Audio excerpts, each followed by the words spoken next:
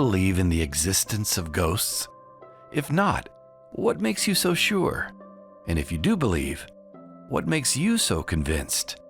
Did you see a ghost yourself or witness firsthand evidence of a ghost? Or perhaps you've just heard a lot of ghost stories from different sources and have become convinced from the testimonies of others. Good evening, and welcome to our first exciting episode of Nocturnal at Night, where the deepest questions and darkest stories meet at midnight. Tonight, as we launch the podcast, we'll be discussing the topic of ghosts. You'll learn about the different types of ghosts, why they sometimes appear to us living mortals, and how you can investigate this phenomenon for yourself. And now, here's your host, James, with tonight's episode. Good evening, ladies and gentlemen, and welcome to Nocturnal at Night, where the deepest questions and the darkest stories meet at midnight. I am your host, James, and let me be the first to welcome you to my podcast. And I am beyond excited about this podcast and all the future projects I have lined up for you all. Before we get into tonight's episode, I kind of wanted to give you guys a brief introduction of who I am, how this came about, and why. If you guys can already tell, this is my first ever launch of any sort of work on the internet or online. So I appreciate your patience and your dedication and support to this podcast, and I hope to bring you guys nothing but good content. So a quick summary about myself is that I've always been fascinated about topics such as ghosts or aliens and secret societies, witchcraft, and all these other topics that make, my ears pop up and my skin crawl. And, those little goosebumps that you get, those are kind of like the topics that I love to talk about. Unfortunately, there are not many podcasts, or if there is, they just may be not as interesting as mine. So yeah, a little bit about myself. I'm your typical 9-to-5 guy that works in customer service. And as time goes by, I hope that this brand becomes successful to the point where I can fully focus my attention on this so I can provide you guys with much better quality and much more exciting content. So I was born and raised in Oceanside, California, and I grew up here in Southern California. Nothing beats California weather. The beaches are beautiful, and the city is really nice over here in San Diego as well as LA. And, I really love it here. I haven't really traveled much out of California. I've only visited a handful of other states, which include Arizona and Las Vegas. I think that's about it. Honestly, I haven't really traveled much, but over the past year now, I've been doing a lot more of exploring, going out much more now that I have been able to be a little bit more financial stable. I've been able to spend a little more time to travel out, and I hope to do that more often. So if you know of a city that you want me to stop by and say hi, just let me know, and I'll take it into consideration. And hopefully we can meet together someday soon so we can say hi and just have a chat. Just like any other kid, as I grew older, my interest bounced a lot career-wise about what I wanted to do when I grow older. And it wasn't until my senior year that I kind of realized what I wanted to be part of, and that was kind of like in law enforcement, and more specifically in agriculture field and kind of like Border Patrol, where they have different kinds of sections when it comes to Border Patrol. They have different sections. I took a class my last year in high school called, I think it was criminology, and I believe that's where my interest came about when we learned about all these topics about serial killers and how to solve all these mysteries on CSI, which if it wasn't for my high school class, I never would have been interested in it. But we were forced to watch it, and I ended up really liking the series. After high school, I went to UEA College, where I studied in criminal justice. And let's just say that the whole experience was a waste of money, but the people that I met there are lifelong friends and memories that will forever stay with me. After my disastrous investment in UEI, I took a few jobs as a security guard. And I don't regret that at all, because I did have some great memories and moments that you would not expect in other job fields. Nonetheless, I eventually grew tired of working as a security guard and wanted to do something more challenging. So I bounced back a few more jobs where I finally got settled where I am now. I'm pretty happy where I am in life, and I have the courage to explore other topics and share some personal stories and share your stories as well, because we all go through different paths in life. And we all experience frightening experiences, and this is the place to check it all out, only at Nocturnal at Night. And if you guys have any other questions you have for me, I will make sure to make some kind of a Q&A so you guys can know more about myself. And if there's anything that I didn't cover that you guys probably want to learn about, go ahead and shoot me some questions, and then I'll schedule some kind of Q&A in the future, hopefully maybe a month or two after we launch this podcast. So how did this come about? Well, like I said, I have always been intrigued by scary topics because I personally have never experienced some life-threatening events or supernatural encounters. Maybe about 5 years ago, I was introduced to a radio talk show host, the late and great Art Bell. He hosted Coast to Coast AM. So he was basically an American broadcaster and author. He was founder and the original host of the paranormal themed radio program Coast to Coast AM, which, was broadcasted through the late 90s. And, it syndicated hundreds of radio stations in the US and Canada. And he would talk about supernatural and ghost encounters as well, aliens, all those topics that I want to cover. And all that intrigued me to create my own platform. So this is kind of like an homage or some sort of inspiration of his work, because his work was really exciting and it kept me at the edge of my seat, especially with callers and open airlines and all that stuff. So I was not able to get started on this project maybe until mid of 2019 when the idea first popped into my head. And from then on, I slowly built and created this platform in hopes that someday people can hear my audio and just become hooked, just the same way I was with Art Bell. And so why did this come about? Well, like I said earlier, as we get older, we develop different interests. Our taste buds start to change, and what we once disliked, we probably like now. For example, for me, I never liked onions as a little kid, but as I grew older, I love onions. Now I eat onions, raw or grilled onions. Same with cilantro and so many other foods. But in this case, it was a hobby of mine. This new platform was something that I've been waiting for a long time.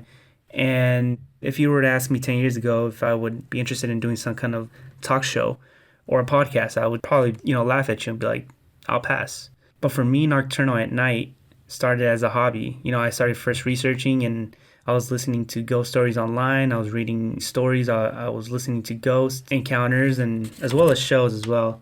And one of my biggest fears was public speaking.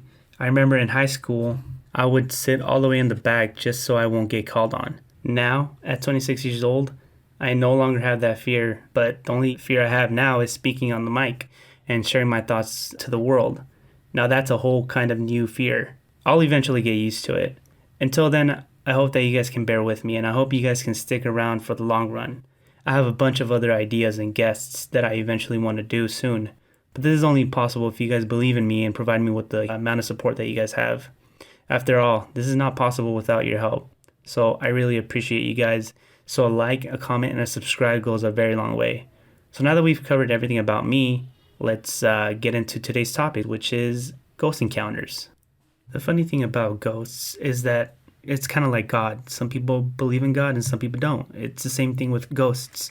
Some people believe in them and some people don't. I, for one, do believe in them. I also believe in spirits that float around and they're, just among us, you and me. I think I've only had about one experience when it comes to ghosts, and that happened maybe about 5 years ago. I think that was my first and only encounter I had with ghosts. And the funny thing is that I experienced it with, I think it was 4 other of my buddies. So basically what happened was that it was about 5 years ago. I was with my buddies and there was a family party going on. And I was at my buddy's house and we were with about 4 or 5 other guys. So there was maybe about 6 in total, 7 with one of my friends. His girlfriend was present at the time. So we were just chilling. The party was already dying out. It was probably like around 10, 11 p.m. And when the party was starting to die out, my friend invited us to his shed. And he has a pretty decent size for a shed. But what takes up the whole room was he has a pool table, which is pretty cool. So we were inside the shed, we were drinking, we were having music, we were playing pool, and I think it was maybe about 12, we started talking, and then all of a sudden one of my buddies started talking about ghosts, and whenever someone talks about that, my ears automatically pop up like a dog, and I'm like, ghosts? Yeah, I've never experienced one, and for any of those who live around my area, or in the San Diego County, must have heard of the place called Quest Haven, and it's basically a trail. I think it's like a maybe 2-mile trail that leads to some kind of rehab center. And from what I've heard, the story goes that maybe like in the early 80s, late 80s, it was a rehab center for mentally disabled people. And there was a worker there that worked at the time that he grew tired and frustrated of his job, and he decided to burn the place down. And one day he took that initiative and decided to burn it all down. And the story goes that the people who died at that facility still roam around that area. And let me first tell you that the 2 mile trail, the 2 mile walk, there's no light, there's no houses, there's only trees, and it's literally just a dirt road. It's a one way, basically. And so we started talking about Quest Haven. And, at the time, I had never gone to Quest Haven. I've heard about it, I've heard stories, and I've heard it all when it comes to Quest Haven. Spooky and scary and ghost encounters as well. And I was with 5 other buddies, so I was like, you know what, let's do it. Why don't we go out and explore the unknown? And at first they were hesitant, they were kind of like iffy about it, but you know what? It was raining and, everything's already calm, everything's a little cold. And they agreed. They're like, okay, let's do it. We've had a couple drinks. By the way, we didn't drive drunk. There was a designated driver who was completely sober. So we decided to head out. And so, we head there and it's, pretty late. It's a Saturday night, but it's okay because it's a weekend. Nobody works the next day, so it's okay. So we have no idea how we should do it. Should we walk it? Should we take the car? And, we all decide to just walk it. We have a beer in hand when we'll just walk and we'll have the car follow us behind us very slowly with the headlights, beamed at us. And we agreed, so we decided to do it. And, we're walking, we're talking, we're putting up a brave face, even though we all know we're kind of shitting bricks. In the first maybe 5 minutes, it's fine. 10 minutes passes by, it's still fine. It's very pitch black, but the lights of the car helps. And maybe within 15 minutes of walking, I finally, and I don't know if this is kind of like my head messing with me, kind of like brain games and just messing with me and illusions. But in the far distance, I end up seeing this lady in a white gown, and she just happens to float maybe about 50 yards away from us. And she just passes by, and she doesn't make any sound, but she just passes by. And nobody catches that except for me. And I literally stood still. And everybody was like, hey, what's going on? Why aren't you moving? And I was just like, I don't want to scare you guys. And I'm not shitting you guys, but I think I just saw a ghost.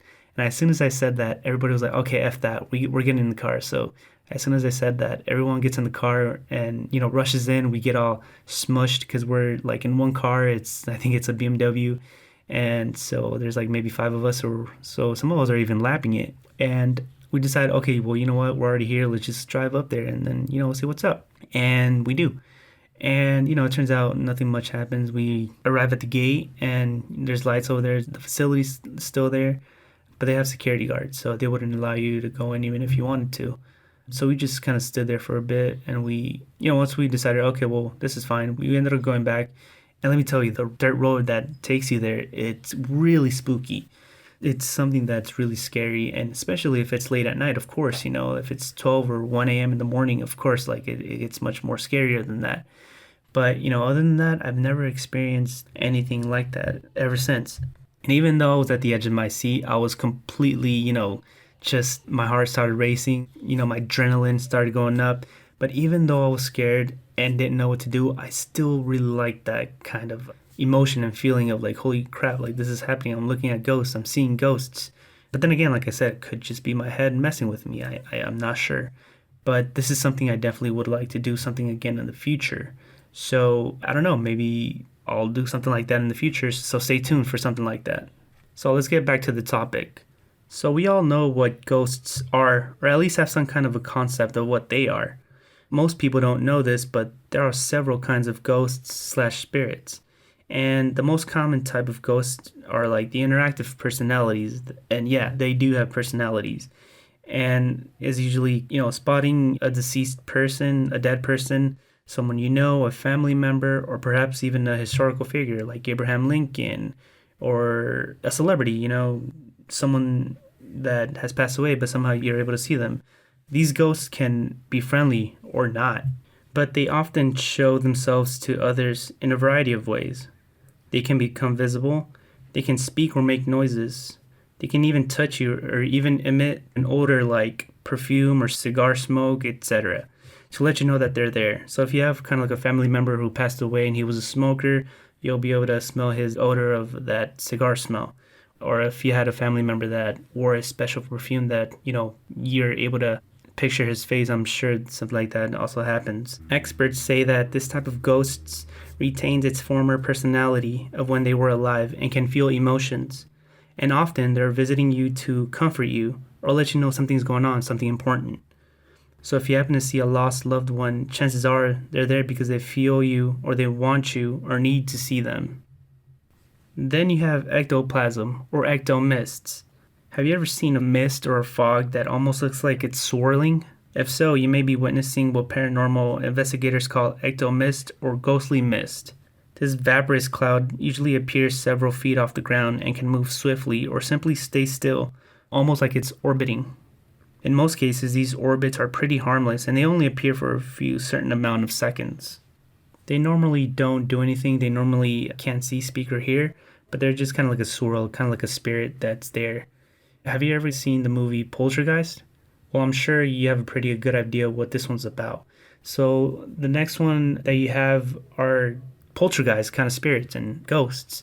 And these spirits have the ability to create noise and even slam doors and throw books around. They also have the power to manipulate physical environment. Thankfully, it's one of the rarest forms of haunting, and to many, including myself, the most terrifying. I've watched Poltergeist maybe about 5-10 years ago, and yeah, that was my first time too.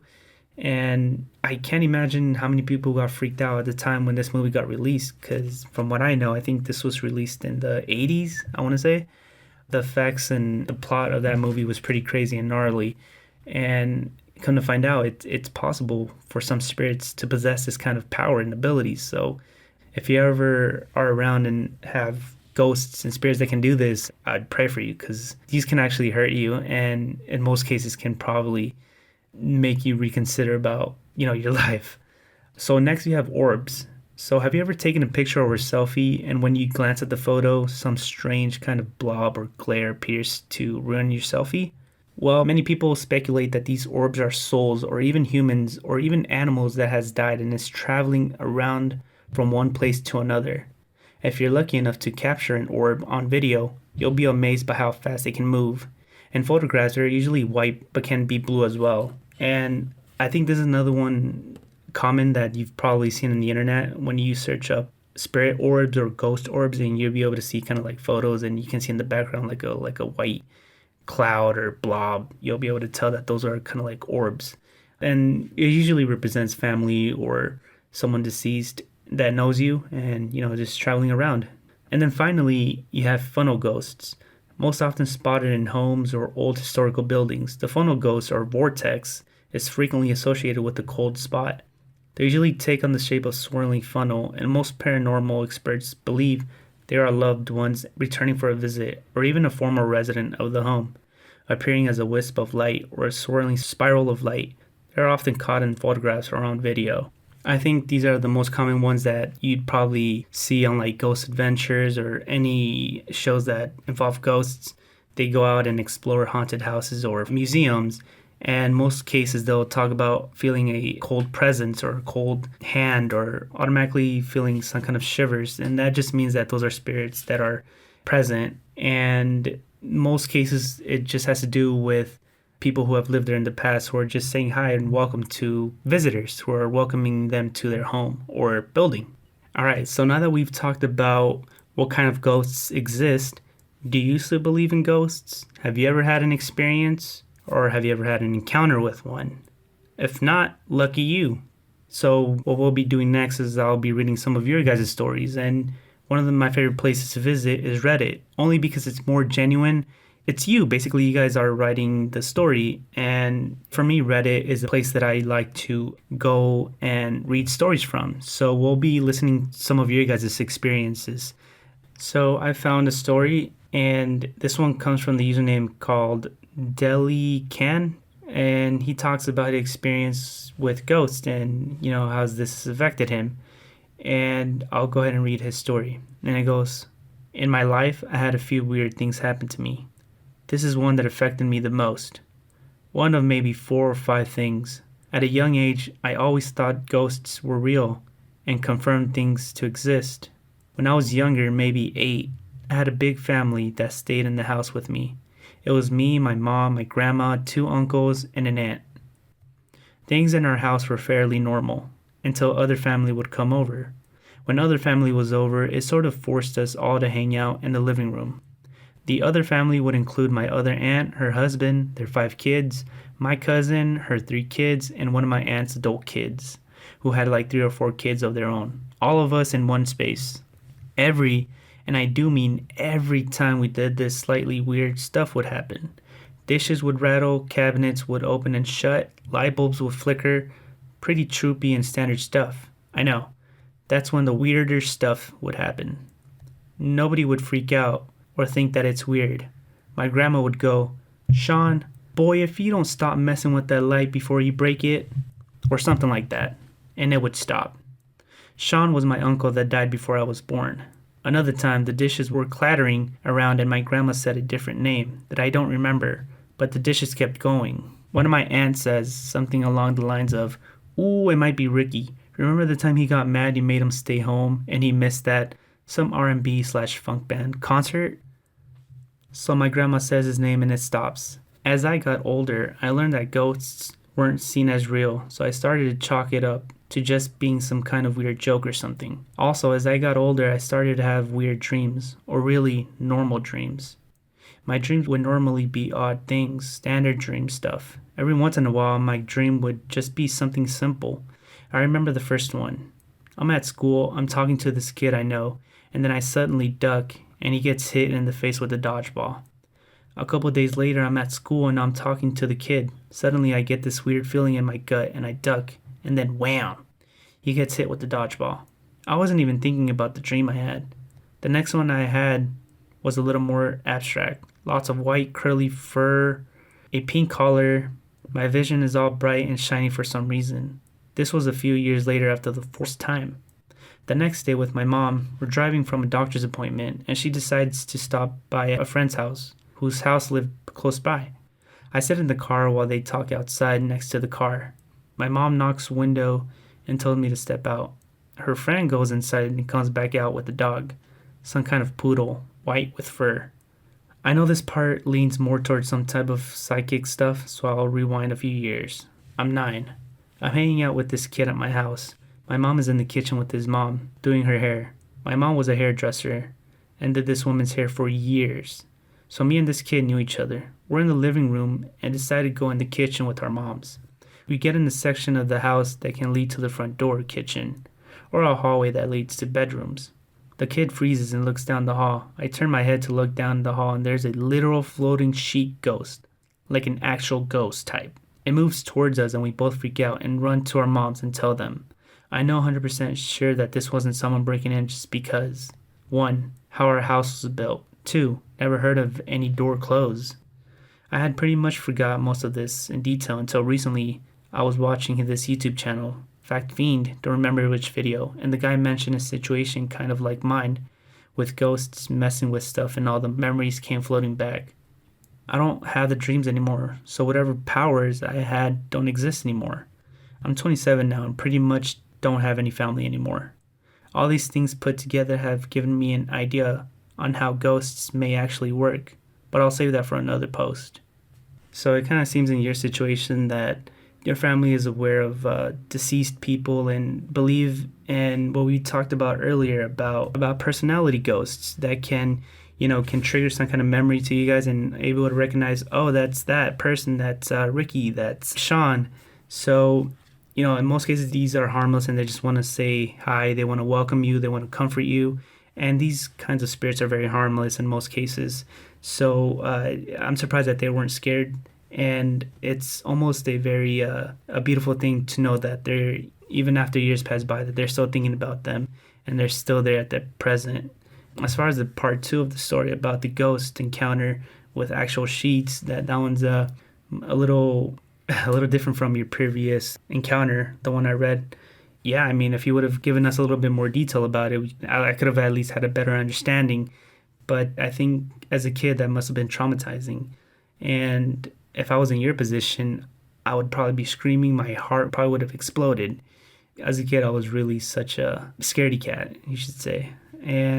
But the good thing is that even through all that experience, you've still able to compose yourself and still be able to do good, hopefully, in life. So I hope you're doing pretty good.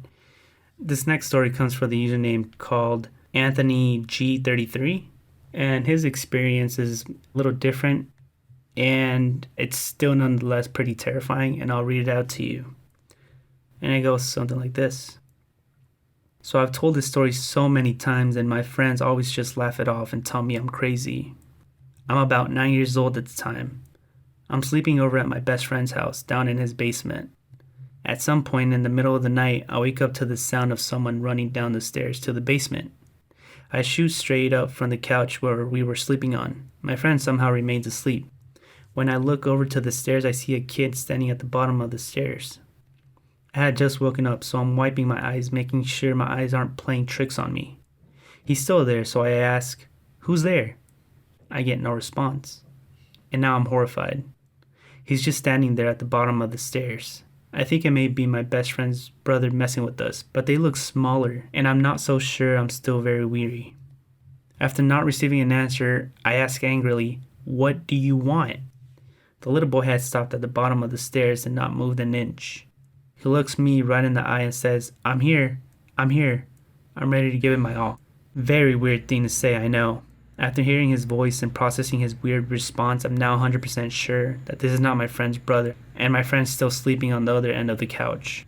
After he said, I'm here, I'm ready to give it my all," it really clicked in my 9-year-old head that this isn't a dream and I'm actually awake right now.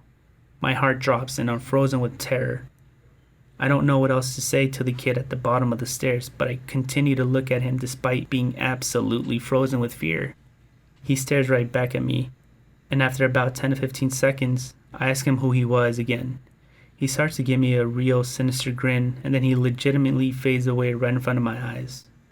I lay back down under the covers and come to qualms with the fact that I'm awake. After about an hour of shitting my pants under the covers, I build up the courage to wake my friend up to go upstairs. I tell my friend and his family about it the next morning, and everyone tries to convince me that I was asleep, but I know I was awake. A few years later, after they had moved out of the house, my friend's mom admits to having a few strange encounters in that same house herself. I wish the kid had said a bit more, but at the same time I guess I don't. 'Cause that grin that he gave me after the fear came over me has stuck with me ever since. Now at 23, I still get the chills when I think about the experience. If he had paired that grin with something a little more threatening than I'm here, I'm ready to give it all, I probably would have had institutionalized.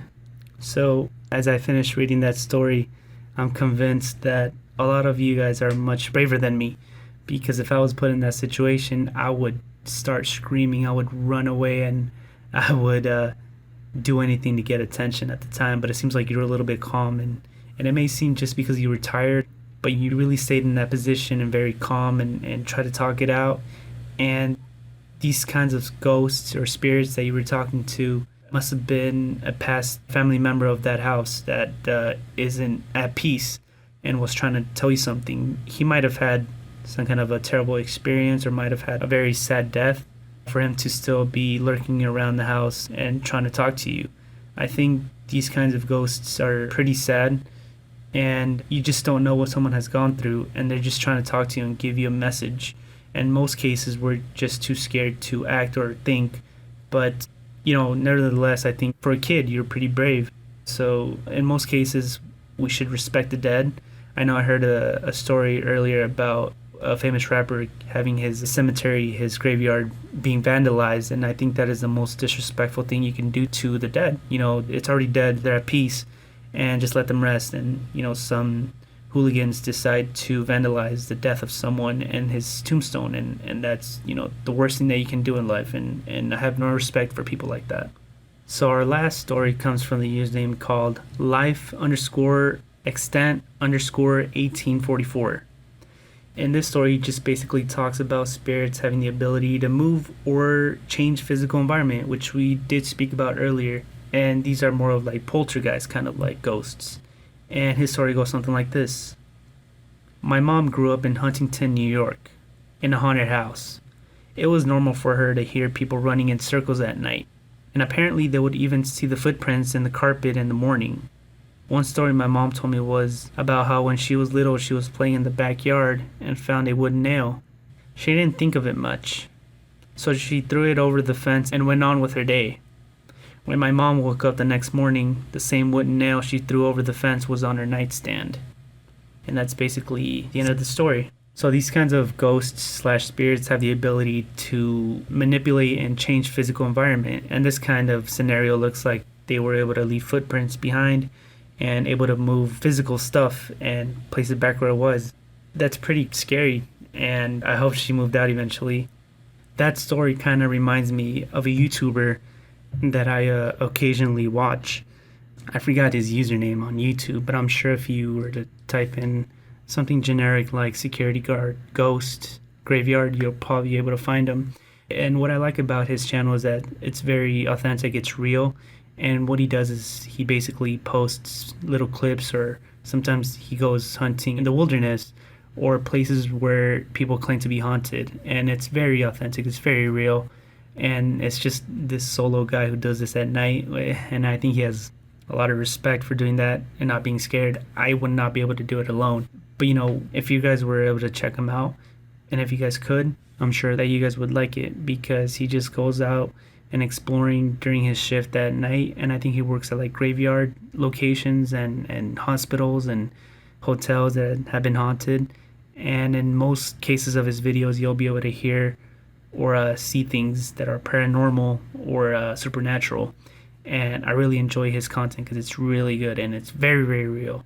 So if you guys have the chance to check him out, go ahead and do so, because if you guys end up liking my podcast, then you'll definitely like some stuff that he puts out there as well. Well, guys, I think that's the time we have for today. I hope that you guys enjoyed this episode just as much as I did. And like I said in the beginning, I hope to continue to provide you with great content, but this is only possible with your guys' help. So please make sure to follow, like, and subscribe for more exciting and better content that's coming your way. And like I said in the beginning, if you guys have any more questions about me, about this podcast, about any more ideas that you guys might want me to do in the future, go ahead and let me know. Go ahead and leave a comment. I'll be happy to read through all of them. And I hope to make some kind of Q&A in the future so you guys can get to know a little bit more about myself and, maybe more about you guys, so I know who I'm talking to, what parts of the world, what parts of the states, the U.S. I'm talking to. And I think it'd be a pretty cool experience for you guys to get to know me better, because after all, I do have a personality, I do have a life outside of this, and I want you guys to know all about it, and I want to know all about you guys as well. Okay, so now that we got that covered, next week's episode is going to be much more exciting because we'll be talking about near-death experiences. Have you ever been involved in a life-threatening incident? Has your soul ever left your body so bad that you transitioned into another dimension or world? Well, next week's episode is bound to make your pupils pop up. So until then, tune in next week for another exciting episode of Nocturnal at Night. I am your host, James, and I hope you have a wonderful night. Good night, everyone. And so ends another exciting episode of Nocturnal at Night. We thank you for listening and hope you enjoyed this program. To find out what James will be up to next, make sure to follow us on social media to keep up with the latest news and content. And don't forget to hit the like button, comment, and subscribe. Your continued support is greatly appreciated. Nocturnal at Night is now seeking company sponsors who would like to reach our audience of inquisitive night owls with your product or service. Your company name, tagline, and web address will be featured right here at the closing of the show. Click on the link button below and simply send us the message Sponsor Info for more information. Next week, James will be talking about another subject you won't want to miss. So until then, stay safe, stay active, and stay woke. Hope you all have a good night.